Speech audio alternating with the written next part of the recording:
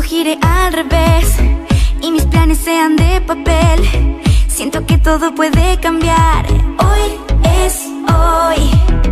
Escuchar la voz del corazón, ignorar el odio y el rencor y vivir la vida con amor. Es mi elección. Today I'm feeling bolder, simple, better, strong.